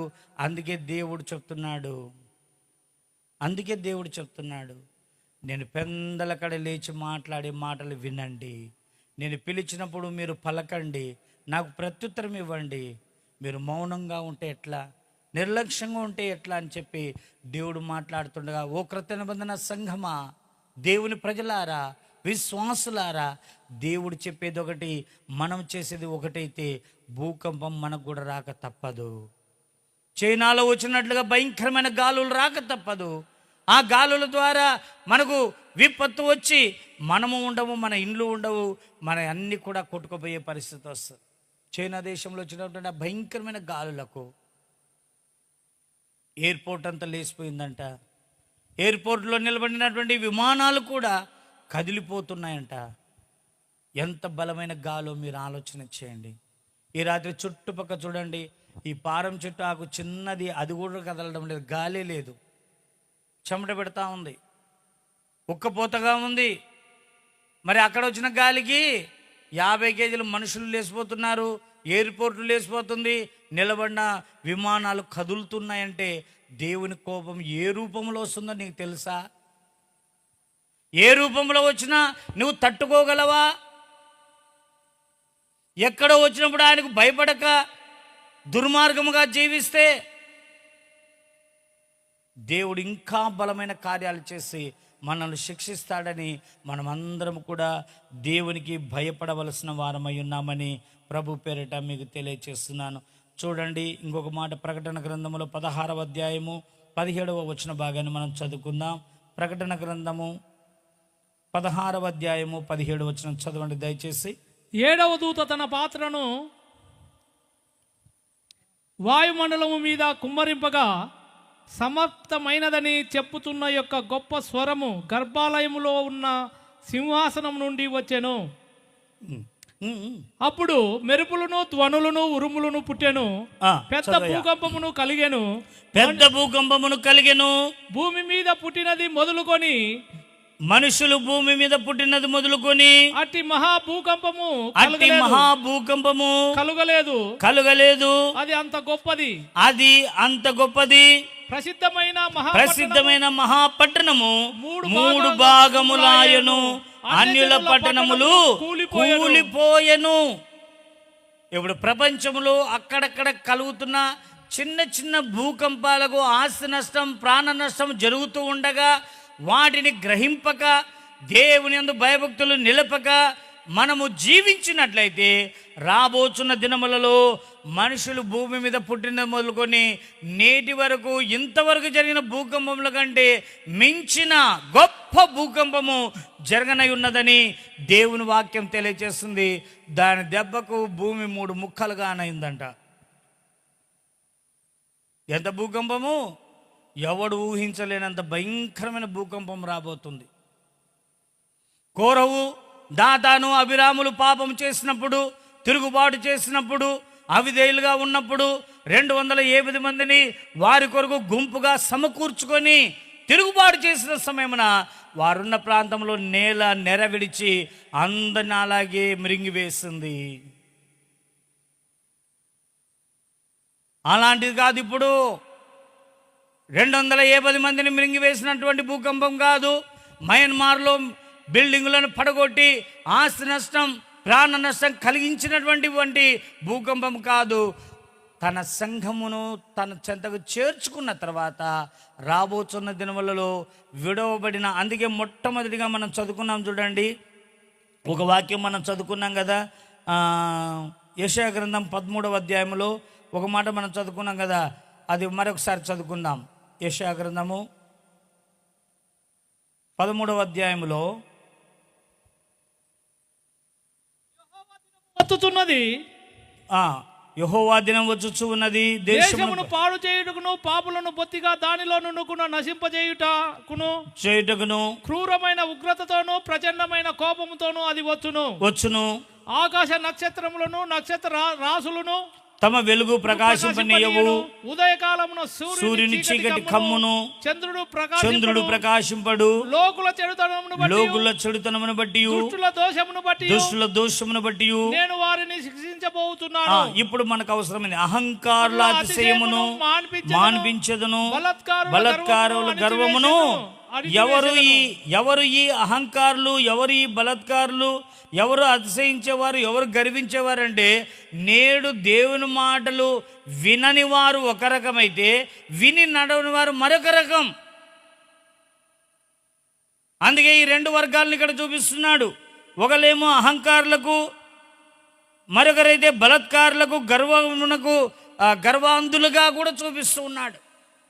కాబట్టి ప్రియమైన వాళ్ళారా, మనము అట్టివారము కాక, అలాంటి విపత్తు రాకమునిపే తండ్రి కుడి పార్శ్వం నుండి మధ్యాకాశమునకు మన కొరకు రానైనటువంటి, మన కొరకు ప్రాణం పెట్టిన లోకరక్షకుడైన యేసు ప్రభు యొక్క రాకడ కొరకు ఎదురు చూచి ఆయన చెంతకు చేరువారిగా ఉండాలి. హల్లెలూయా.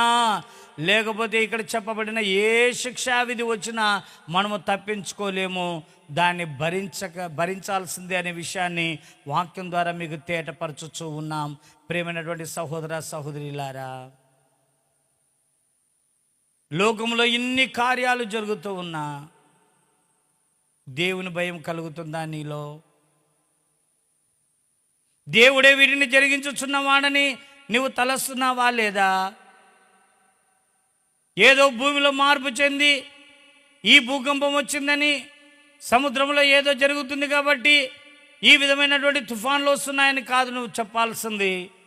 దేవుడు కోపించి ఒకదాని వెంట ఒక కార్యం జరిగించుచు మానవులను శిక్షించడానికి ఆ కార్యాలు పంపుతున్నాడని గ్రహిస్తే నీవు ఆత్మీయుడవు, ఆత్మీయురాలవు, దేవుని బిడ్డవు. దేవుని స్తోత్రం కలుగును గాక.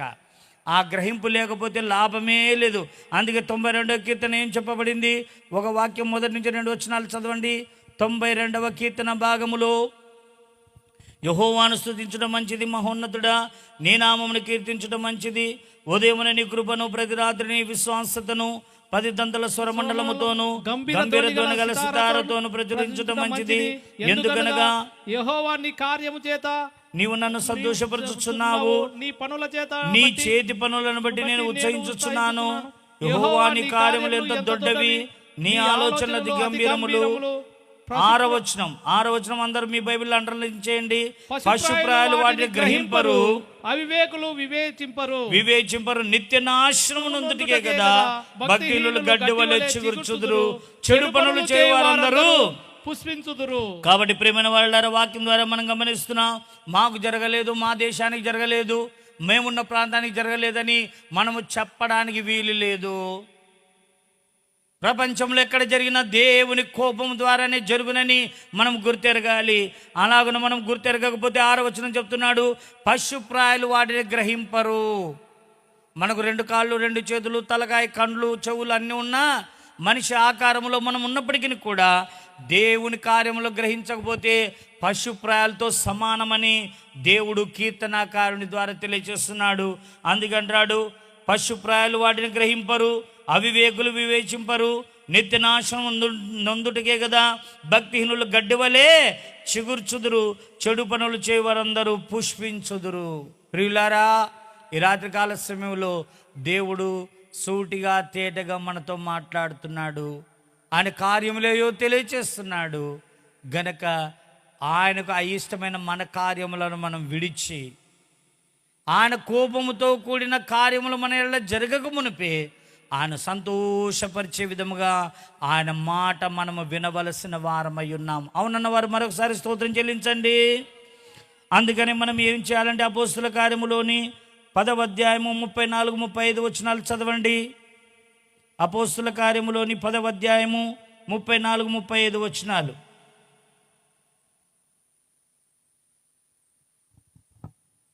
10, 34, 35 వచనం. దేవుడు పక్షపాతి కాడని నిజముగా గ్రహించి ఉన్నాను. ప్రతి జనములోను ఆయనకు భయపడి నీతిగా నడుచుకుని వానికి ఆయన అంగీకరించును. ఆయన నీతిగా నడుచుకుని వారిని ఆయన ఏం చేయనై ఉన్నాడండి? అంగీకరించనై ఉన్నాడు. ప్రైజ్ ది లార్డ్, హల్లెలూయా.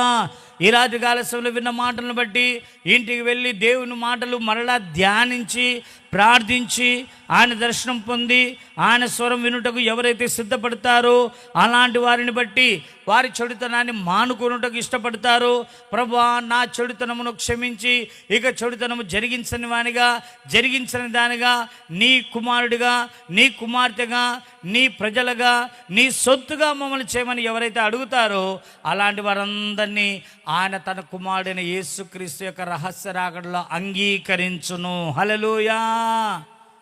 లేకపోతే విపత్తు తప్పదు. రహస్య రాకడలో ఎత్తబడక విడవబడిన వారందరినీ కూడా వారి గర్వాన్ని ఆయన అణిచివేసేవాడై ఉన్నాడు, వారి అతిశయమును అణిచివేసేవాడై ఉన్నాడు. దయచేసి మనము గర్విష్ఠులం కాకుండా, అతిశయించు వారము కాకుండా ఆయన మాటకు విధేయులమైన వారిగా ఉండాలి. అందుకే 81వ కీర్తన 8వ వచనములు అంటాడు, కీర్తన 81:8, నా ప్రజలారా ఆలకింపుడి, నేను మీకు సంగతి తెలియచేదును. అయ్యో ఇశ్రాయేలు, నీవు నా మాట వినినా ఎడల ఎంత మేలు. హల్లెలూయా. 13వ వచనంలో కూడా అంటాడు, అయ్యో నా ప్రజలు నా మాట వినిన ఎడల, ఇశ్రాయేలు నా మార్గములను అనుసరించిన ఎడల ఎంత మేలు. అప్పుడు నేను వేగిరమే వారి శత్రువులను అనగదొక్కుదును, వారి విరోధులను కొట్టుదును. యెహోవాను ద్వేషించు వారు వారికి లొంగుదురు, వారి కాలము శాశ్వత కాలముండును. అతి శ్రేష్టమైన గోధుమలను అనుగ్రహించి నేను వారిని పోషించదను, కొండ తేనెతో నిన్ను తృప్తిపరచెదను. హల్లెలూయా. చివరిగా చెప్పిన ఈ మాటను బట్టి మనం ఆలోచన చేస్తే దేవుడు తన బాధను వ్యక్తం చేస్తూ, అయ్యో నా ప్రజలు నా మాట వింటే ఎంత మేలు, ఇశ్రాయేలు నా మార్గములను అనుసరించినట్లయితే ఎంత మేలు. నేను వారికి క్షేమమును ఇస్తాను కదా, వారి విరోధులను నేను అణిచివేస్తాను కదా, వారిని ద్వేషించు వారిని నేను తరిమి కొడతాను కదా. అంత మాత్రమే కాకుండా మరి వారిని ద్వేషించేవారు కూడా వారికి లొంగునట్లుగా చేస్తాను అని చెప్పి అతి శ్రేష్టమైన గోధుమలను అనుగ్రహించి నేను వారిని పోషిస్తూ కొండ తేనెతో వారిని తృప్తిపరుస్తానంటున్నాడు. దేవుడు చేసే మేలులు కావాలన్నా, అవిధేయులుగా ఉంటే ఆయన పంపే ఉగ్రత కావాలన్నా ఈ రాత్రి మనము ఆలోచన చేయాలి. డేవిడ్ గారు ఎందుకు ఇంత ప్రయాసం పడుతున్నాడు? ఎందుకు మీ అందరికీ ఈ సంగతిని తెలియచేశాడు? ఆయా ప్రాంతం నుంచి మిమ్మల్ని ఎందుకు ఇక్కడికి నడిపించాడు? ఈ మాటల ద్వారా మీరు దేవుని యొక్క సత్యాన్ని తెలుసుకొని మీరు నడవవలసిన మార్గంలో నడుచుట కొరకే కదా. దయచేసి కన్ను మూసి తలలు ఉంచండి. సమయమైంది, ముగించుకుందాం. మరలా రేపు ఇంకా కొన్ని విషయాలు మనం తెలుసుకుందాం. వచ్చిన నా ప్రియ సహోదరుడా సహోదరి, దేవుణ్ణి ప్రేమించు వారులారా, ఆయన సన్నిధికి వచ్చారు, చాలా సంతోషం. ఆయన మాటలు వినడానికి మీరు వచ్చారు, చాలా సంతోషం. అయితే విన్న తర్వాత నడుస్తావా, నడవవా? విధేయుడు అవుతావా, అవిధేయుడు అవుతావా? విధేయురాలు అవుతావా, అవిధేయురాలు అవుతావా? ఆయన నిన్ను ప్రేమించుటను బట్టే కదా నీతో మాట్లాడుచు ఉన్నది. నువ్వు నశించేది ఇష్టం లేకనే కదా ఆయన నీతో మాట్లాడుచు ఉన్నది. నువ్వు నశించగా నిత్య జీవం పొందాలనే కదా నీతో మాట్లాడుచు ఉన్నది. ఆయన ఉగ్రతతో కూడిన కార్యములు భూమి మీద జరుగుతున్నవని వినుచు కూడా మన పొరుగు రాష్ట్రమైన, అనగా గతంలో మన ఉమ్మడి రాష్ట్రమైనటువంటి తెలంగాణలో కూడా భయంకరమైన భూకంపం వచ్చింది. ఇప్పటికి కూడా ఇంకా రాబోతుంది. హైదరాబాద్ మొదలుకొని అమరావతి వరకు ఆ యొక్క ప్రాంతమంతా రాబోతుందని ఇప్పటికే హెచ్చరికలు ఎన్నో జారీ చేశారు. అప్రమత్తంగా ఉండండి, ఎప్పుడైనా ఆ భయంకరమైన భూకంపం రావచ్చు అని హైదరాబాద్ మొదలుకొని అమరావతి వరకు సూచనలు ఇచ్చారు. ప్రియులారా, అదే భూకంపము రాదని చెప్పబడలేదని మన ప్రాంతాలను గురించి నిశ్చింతంగా ఉండబాకండి. ప్రభా, నీ కోపం అటుపోయేది ఇటు రగులుకుంటుందేమో, అక్కడ భూమిని కంపింపచేసే దేవా, వాడి స్తంభములను అదురచేయువాడా, నీ మాట వినకపోతే మా యొక్క ప్రాంతాన్ని కూడా నువ్వు కదిలిస్తావేమో అని ఎవరికి వారిగా ఆలోచన చేయండి. పక్క వారికి కూడా వినబడకుండా నీ జీవితాన్ని నీవే ఆలోచన చేయి. నీవు ఆయనకు కోపం పుట్టించువాడిగా ఉన్నావా? నీ కార్యముల ద్వారా, నీవు పయనించుచున్న మార్గము ద్వారా ఆయన సంతోషిస్తున్నాడా? నీ పరిస్థితి ఏంటి? నీ ప్రవర్తన ఏంటి? సహోదరుడా సహోదరి, మనం ఎలాంటి స్థితిలో ఉన్నామో ఒక్కసారి ఆలోచన చేయి. భయంకరమైన భూకంపం వచ్చి సొంత ఇళ్లలోనే ఉండకుండా, ఆ యొక్క ఫ్యాన్లు కదులుతూ ఉండగానే, ఇంట్లో సామాన్లు కింద పడుతుంటేనే, ఏంటి మా ఇల్లు ఊగుతుంది, నా తల తిరుగుతుందా, ఇల్లు కదులుతుందా, భూకంపం వచ్చిందా అర్థం కాక ప్రజలు అయోమయ స్థితిలోనికి వెళ్ళి భూకంపం అని వాళ్ళు వీళ్ళు అరిసేసరికి ఇండ్లు విడిచిపెట్టి పారిపోతున్నారు కదా. అట్లా పారిపోయే స్థితి నీకు రావాలనా? కొన్ని ప్రాంతాల్లో భూకంపం వచ్చినప్పుడు బయటికి పారిపోదామంటే భయంకరమైన గాలి వర్షం కూడా పడుతూ బయటికి పోయి ఉండలేక, వచ్చి తప్పించుకోవడానికి ఇంట్లో ఉండడానికి భూకంపం కలిగి ఎన్నో దేశాలు తల్లడిల్లిన పరిస్థితులు మనం వినలేదా? ఏది నీకు కావాలి? నీవు ఆయన మాట వింటే నీ శత్రువులను మిత్రులుగా చేసి, అలాగే మంచి గోధుమతో నిన్ను పోషించి, కొండ తేనెతో నిన్ను పోషించడానికి ఆయన సృష్టికర్త అయిన దేవుడై ఉన్నాడు. శూన్యములో ఈ సృష్టిని కలగజేసి, సృష్టిని కలగజేయడం మాత్రమే కాక సృష్టిని పోషించి నడిపించుచున్న శక్తి గల దేవుడు నిన్ను, నీ కుటుంబాన్ని పోషించి నడిపించలేడా? నీకు నీ కుటుంబానికి ఆయన సహాయము చేయలేడా? ఆయన మాట వినుటకు బదులుగా ఆయన మాట పెడిచెవిని పెట్టుట ఎందుకు? అది నీకు నష్టము కాదా? ఆలోచన చేయి. ఇప్పటికే ఎన్నో నష్టాలు పొంది ఉంటావు, ఎన్నో బాధలు అనుభవించి ఉంటావు, ఎన్నో వేదనలు అనుభవించి ఉంటావు. అంత మాత్రమే కాకుండా నేను బ్రతుకుట కంటే చనిపోవడం మంచిదని కూడా నీవు తలంచి ఉండవచ్చు. ఎన్నోసార్లు మరణము పొందడానికి ప్రయత్నాలు కూడా నీవు చేస్తూ ఉండవచ్చు. అయితే అలాంటి ప్రయత్నాల్లో నుంచి కూడా దేవుడు నిన్ను తప్పించి ఈ రాత్రి కూడికకు కూడా నిన్ను నడిపించి ఆయన సత్యాన్ని తెలుసుకునే భాగ్యం ఇచ్చాడంటే నిన్ను ఎంత ప్రేమిస్తున్నాడు ఆయన, నీ కుటుంబాన్ని ఎంత ప్రేమిస్తూ ఉన్నాడు. ఒకవేళ నీవు చేసే పాపం నీకు సంతోషం కలిగించవచ్చు, నీవు చేస్తున్న పాపం నీకు కొన్ని కార్యాలు కలగచేయవచ్చు. ఒకవేళ నీకు చేస్తున్న పాపం వల్ల ఏ ప్రయోజనం ఉండి చేస్తున్నావో అది ఒక దినమున దేవుని కోప శాపములకు నిన్ను గురి చేస్తుంది కదా, తీరని నష్టములో నిన్ను నడిపించును కదా. ఆయన శిక్షను నీవు భరించగలవా? ఆయన మార్గమున నడవక నీ ఇష్టానుసరమైన మార్గమున నడవడానికి నీకు పర్మిషన్ లేదు. ఎందుకంటే ఆయన మన సృష్టికర్త. యేసుప్రభుల వారు ఆయన నేర్పినటువంటి ప్రజల కొరకై, శిష్యుల కొరకై ప్రార్థన చేయడానికి నేర్పించమని అడిగినప్పుడు ఆయన చెప్పినటువంటి మాటల్లో మనం మొట్టమొదటిగా చూస్తున్నాం. ప్రార్థన నేర్పించేటప్పుడు పరలోకమందున్న మా తండ్రి మాట వింటున్నావా? ప్రార్థన అయితే చేస్తున్నావు, పరలోకమందున్న మా తండ్రి అని కంటత బాగా చెప్తున్నావు, తప్పని నేను చెప్పను. కానీ పరమ తండ్రి మాట వింటున్నావా? వయసులో పెద్దవారులారా, మీరు పిల్లలుగా ఉన్నప్పుడు మీ తల్లిదండ్రి మాట వినక మీరు దెబ్బలు తినలేదా? మీ తల్లిదండ్రుల ద్వారా మీరు ఇబ్బంది పడలేదా? ఈరోజు మీరు కన్న పిల్లలు మీ మాట వినకపోతే వారిని మీరు ఇబ్బంది పెట్టడం లేదా? వారిపై కోపడడం లేదా? వారిని దండించడం లేదా? ఖండించడం లేదా?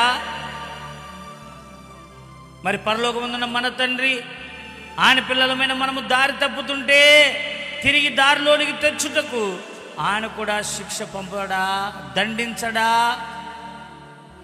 దయచేసి ఆలోచన చేయండి. ఇప్పటికి ఎన్నిసార్లు చేశావు? ఎన్నిసార్లు ఆయన క్షమించాడు?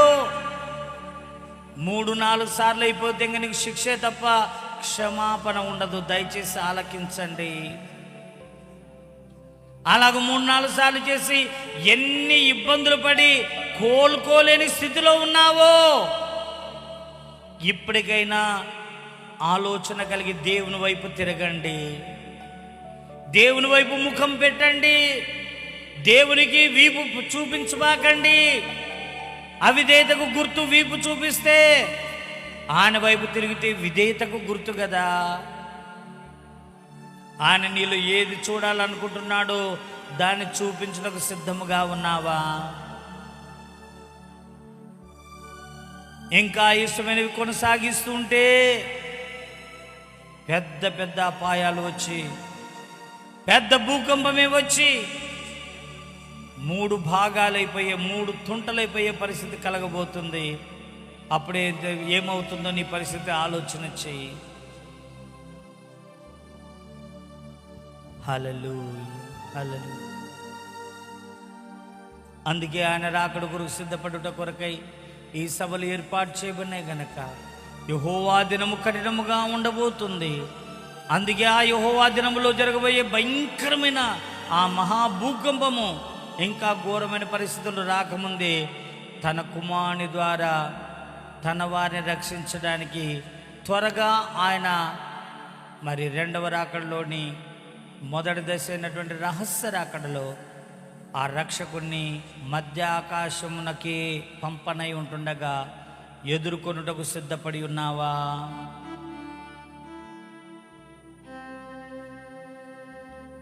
గురుతులు జరుగుచుండే నీ గురి గుర్తెరుగుదువా? గురుతులు జరుగుచుండే నీ గురి గుర్తెరిగితివా? గ్రూడి బ్రతుకు కాదా పరమ విభుని గుర్తెరుగుదువా? గుడి బ్రతుకు కాదా పరమ విభుని గుర్తెరుగుదువా? 2వ రాకడలో క్రీస్తేసుని చేరెదవా? 2వ రాకడలో క్రీస్తేసుని చేరెదవా? కడపురం రోగగనే ప్రభు ప్రేమ కఠిన మగును. చప్పట్లు కొట్టండి. గగనే ప్రభు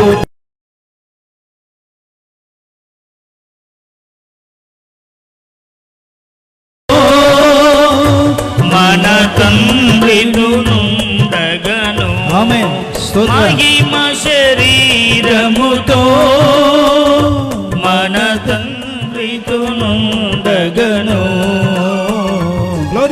రెండవ రాకడలో ఆమేన్ క్రీస్తేసుని చేరెదవా. రెండవ రాకడలో క్రీస్తేసుని చేరెదవా. జల ప్రళయము వెనుక పాపులంతా మృతులైరి. జల ప్రళయము వెనుక ప్రభులంతా మృతులైరి. ప్రభు రాకడ వెనుక అగ్నిగుండము తెరువబడే. ప్రభు రాకడ వెనుక అగ్నిగుండము తెరువబడే. స్తోత్రం. రెండవ రాకడలో క్రీస్తేసుని చేరెదవా. రెండవ రాకడలో క్రీస్తేసుని చేరెదవా. రక్షణ పొందితివా నిరీక్షణతో నుండివా. రక్షణ పొందితివాను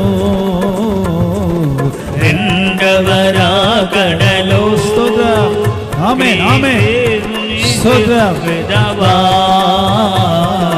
రెండవ రాకడలో క్రీస్తేసుని చేరెదవా.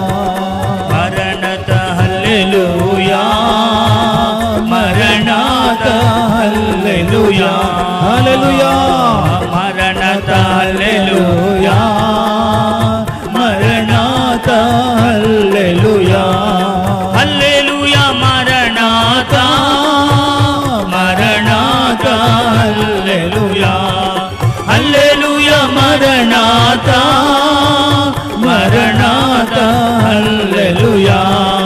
ఆమేన్ ఆమేన్. రెండవ రాకడలో క్రీస్తేసుని చేరెదవా. రెండవ రాకడలో క్రీస్తేసుని చేరెదవా. గురుతులు జరుగుచుండే నీ గురి గూర్చి. గురుతులు జరుగుచుండే నీ గురి గూర్చెరుగుదువా. గ్రూటి బ్రతుకు కాదా పరమ విభుని గుర్తెరుగుదువా. గ్రూటి బ్రతుకు కాదా పరమ విభుని గుర్తెరుగుదువా. రెండవ రాకడలో క్రీస్తేసుని చేరెదవా. ప్రియ సహోదరుడ సహోదరి, ఈ రాత్రికాల సమయంలో విన్న మాటలను బట్టి నిజంగా మహాకోపముతో ప్రచండమైన కోపముతో రాబోతున్న యెహోవా దినమునకు ముందుగా ప్రభువైన యేసుక్రీస్తుని రక్షకుని రహస్య రాకడ రాబోతుండగా నేను కూడా ఆయన చెంతకు చేర్చబడాలి.